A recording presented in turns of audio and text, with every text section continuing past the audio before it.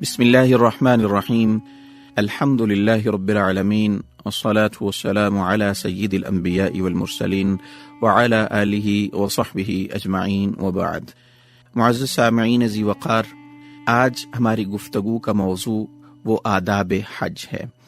اللہ تعالیٰ نے قرآن مجید میں اپنے متعلق ارشاد فرمایا ہے،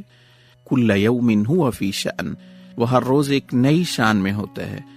اس کی ایک شان تو یہ ہے نا کہ وہ صاحب جلال اور احکم الحاکمین ہے، ہم سب اس کے عاجز محتاج بندے اور اس کے مملوک اور محکوم ہیں۔ جبکہ دوسری شان یہ ہے کہ وہ ایسی صفات کمال سے متصف ہے کہ جن کی وجہ سے انسان کو کسی سے محبت ہوتی ہے۔ اس اعتبار سے صرف اللہ کی ذات گرامی ہی محبوب حقیقی ہے۔ اس کی پہلی شاہانہ اور حاکمانہ شان کا تقاضا ہے کہ بندے اس کے حضور نہایت ادب نیاز کی تصویر بن کر حاضر ہوں، اور دوسری شان محبوبیت کا تقاضا یہ ہے کہ بندوں کا اس کے ساتھ تعلق محبت اور فدائیت کا ہو۔ فریضہ حج ادا کرتے وقت بندوں میں اس رنگ کو پورے طور پر دیکھا جا سکتا ہے۔ سلے ہوئے کپڑوں کی بجائے ایک کفن نما لباس زیب تن کرنا، ننگے سر رہنا، حجامت بنوانا، ناخن نہ ترشوانا، بالوں کو پراگندہ چھوڑنا، ان میں تیل اور کنگھی استعمال نہ کرنا، خوشبو نہ لگانا، چیخ چیخ کر لبیک لبیک پکارنا، دیوانوں کی طرح بیت اللہ کے گرد چکر لگانا، اس کے در و دیوار سے لپٹنا، آہوزاری کرنا، پھر صفا اور مروہ کے درمیان چکر لگانا، اس کے بعد مکہ سے باہر منا، کبھی عرفات اور کبھی مزدلفہ کے صحراؤں میں ڈیرے لگانا، یہ تمام وہی اعمال ہیں جو محبت کے دیوانوں سے سرزد ہوا کرتے ہیں۔ ان اعمال کے مجموعے کا نام حج ہے۔ معزز سامعین، یہ اتنی مشقتوں والے کام جو میں نے ابھی آپ کے سامنے عرض کیا، کبھی منا میں، کبھی عرفات میں، کبھی مزدلفہ میں، کبھی بیت اللہ میں طواف کی بھیڑ میں، کبھی صفا اور مروہ کی سعی، یہ انسان اتنی مشقت، حتیٰ کہ مالی مشقت بھی، بدنی مشقت بھی برداشت کرتا ہے۔ تو جو میں عرض کر رہا تھا کہ لازمی ہے کہ اللہ کے حضور حاضر ہوتے وقت جب آپ یہ مشقتیں اٹھا رہے ہیں تو آپ ان آداب سے واقف ہوں کہ جن کی موجودگی آپ کی اس عبادت کو چار چاند بھی لگائے گی اور اس عبادت کو اللہ کے ہاں مقبول بھی ٹھہرائے گی۔ حج کی فضیلت سے تو آپ آگاہ ہیں۔ اللہ کے رسول صلی اللہ علیہ وسلم نے فرمایا، حج مبرور کا بدلہ جنت ہے، اور حج مبرور سے مراد وہ حج ہے جس میں اللہ کی نافرمانی نہ کی گئی ہو، اور اس کی نشانی یہ ہے کہ حج کے بعد حاجی نیکی کے کام زیادہ کرنے لگ جاتے ہیں اور دوبارہ گناہوں کی طرف نہیں پلٹتے۔ رسول اللہ صلی اللہ علیہ وسلم نے حضرت عمرو بن العاص سے فرمایا تھا، حج پچھلے تمام گناہوں کو مٹا دیتا ہے۔ اسی طرح اللہ کے رسول صلی اللہ علیہ وسلم نے اپنے صحابہ کو یہ نصیحت کی اور فرمایا تھا کہ حج اور عمرہ ہمیشہ کرتے رہا کرو، اگر تمہارے اندر استطاعت، قوت اور طاقت ہے تو یہ تسلسل کے ساتھ کرتے رہا کرو، کیونکہ یہ دونوں غربت اور گناہوں کو اس طرح ختم کر دیتے ہیں جس طرح دھونی لوہے کے زنگ کو ختم کر دیتی ہے۔ اسی طرح اللہ کے راستے میں جہاد کرنے والا، حج کرنے والا اور عمرہ کرنے والا، یہ سب اللہ کے مہمان ہوتے ہیں۔ اللہ نے انہیں بلایا تو یہ چلے آئے، اور اب یہ جو کچھ اللہ سے مانگیں گے وہ انہیں عطا کرے گا۔ لیکن ان تمام فضیلتوں کو وہی انسان صحیح طرح سے پا سکتا ہے جو حج کے آداب کو ملحوظ رکھتا ہے۔ سب سے پہلے سفر حج سے پہلے کے جو چند آداب ہیں وہ آپ کے سامنے عرض کیے دیتا ہوں۔ عازم حج جو حج کا ارادہ کرتا ہے اسے چاہیے کہ وہ حج اور عمرہ کے ذریعے صرف اللہ کی رضا اور اس کا تقرب حاصل کرنے کی نیت کرے۔ ایسا نہیں ہونا چاہیے کہ میرا بیٹا وہاں پر جاب کرتا ہے، چلے میں اس سے ملنے کے لیے جا رہا ہوں، چلے اس سے بہانے حج بھی کر لوں گا، یا یہ کہ جب آخری عمر میں انسان کے پاس اتنا مال جمع ہو جاتا ہے کہ اس کے پاس اب ضرورت کی اور چیز باقی نہیں رہی تو انسان یہ کہتا ہے چلے میں اس سے حج ہی کر لیتا ہوں، یا یہ ذہن کے کسی کونے میں یا دماغ میں یا دل میں یہ چھوٹی سی یہ احساس بھی نہ ہونے پائے، یہ چیز نہ آ جائے کہ میں حج کر کے آتا ہوں تو لوگ کہیں گے کہ دیکھیں کتنا اللہ سے محبت کرنے والا ہے، کہ آخری عمر میں حالانکہ جسم بھی کمزور اور لاغر ہو گیا ہے اور اس قدر اس کے پاس پیسوں کی بہتات بھی نہیں ہے، لیکن اس کے باوجود اس کا حج کا شوق تھا، حج کر کے آیا ہے، لوگ اسے حاجی کہنے لگ جائیں تو یہ میرے اور آپ کے ذہن میں یا حج کرنے والے انسان کے ذہن میں اگر اس چیز کا شائبہ آ جائے تو یقین کیجئے یہ انسان کی تمام مشقتوں کو تباہ و برباد کر دینے والی چیز ہے۔ یہ سوچ اور فکر کہ میں لوگوں کے ہاں مقبول ہو جاؤں،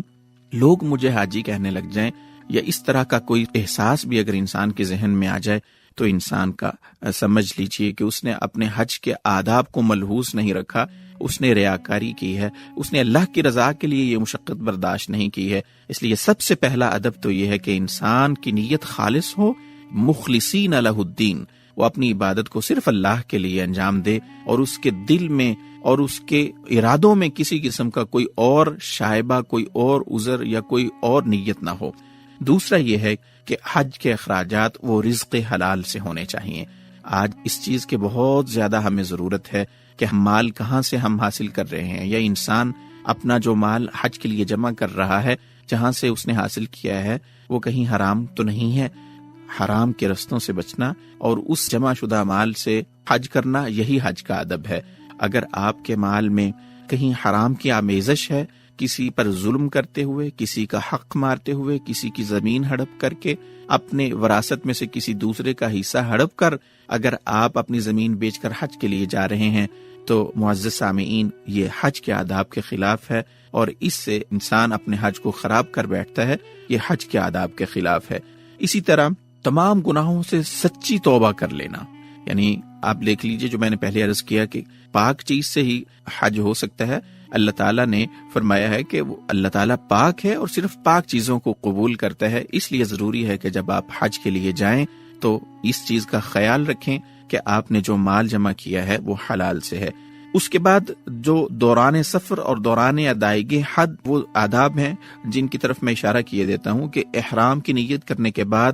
زبان کی خصوصی طور پر حفاظت کرنا اور فضول گفتگو سے پرہیز کرنا۔ آپ دیکھیے کہ اللہ تعالیٰ نے قرآن مجید میں ارشاد فرمایا نا وَاذْكُرُوا اللَّهَ فِي أَيَّامٍ مَّعْدُودَاتٍ، یہ چند گنے ہوئے 5-6 دن ہیں، اس کے اندر جو سب سے اہم عبادت ہے وہ اللہ کا ذکر ہے، اللہ کی بڑائی بیان کرنا ہے، سبحان اللہ، الحمدللہ، اللہ اکبر، لبیک لبیک اللہم لبیک لا شریک لک لبیک، یہ اللہ کی حمد بیان کرنا، اللہ کی بڑائی بیان کرنا، بنیادی طور پر اللہ کا ذکر کرتے رہنا۔ یہ آپ دیکھیے کہ وقوف عرفات ہو یا منا ہو یا رمی جمرات ہو یا بیت اللہ کا طواف ہو، جتنے بھی حج کے ارکان ہیں اس کے اندر اللہ کا ذکر سب سے بنیادی چیز ہے، اس کو کرتے رہنا چاہیے۔ فضول گفتگو سے پرہیز کرنا چاہیے، خاص طور پر منا میں جب خیمے میں لوگ بیٹھے ہوتے ہیں تو وہاں پر گھریلو گفتگو، نجی گفتگو، سیاست پر گفتگو کرنا انسان شروع کر دیتا ہے، تو یہ حج کے آداب کے خلاف ہے۔ ممانعت نہیں ہے لیکن حج کے آداب کے خلاف ہے۔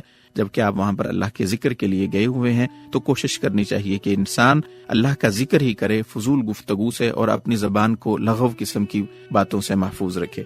اسی طرح جب حجاج حج کر رہے ہوتے ہیں، حج کے ارکان ادا کر رہے ہوتے ہیں، اس وقت رش میں خصوصاً حالت طواف اور سعی میں کنکریاں مارتے ہوئے انسان کو کوشش کرنی چاہیے کہ کسی کو آپ سے تکلیف نہ پہنچے، یہ حج کا ادب ہے۔ اور اگر آپ کو کسی سے کوئی تکلیف پہنچے تو اس سے درگزر کر دیں اور جھگڑا نہ کریں، یہ حج کا ایک اہم سبق بھی ہے اور حج کا ادب بھی ہے۔ چونکہ حج میں بہت سارے لوگ انوالو ہوتے ہیں تو وہاں پر ممکن ہے کہ آپ کو کسی سے کوئی تکلیف پہنچ جائے یا آپ کی وجہ سے کسی کو تکلیف ہو، تو وہاں پر آپ گفتگو میں نرمی اور لجاجت رکھیں اور کسی کے ساتھ تلخ گفتگو، تلخ باتیں نہ کریں، بلکہ معذرت خواہانہ رویہ ہونا چاہیے۔ اسی طرح کنکریاں مارتے ہوئے بھی اس چیز کا خیال رکھنا چاہیے، اور خاص طور پر حج کے دوران چونکہ انسان مشقت کر رہا ہوتا ہے تو بعض دفعہ نماز باجماعت کا اہتمام نہیں ہو پاتا، تو اس لیے باجماعت نماز پڑھنے کی پابندی یہ بھی حج کے آداب میں سے ہے۔ اس سلسلے میں کسی قسم کی سستی نہیں کرنی چاہیے۔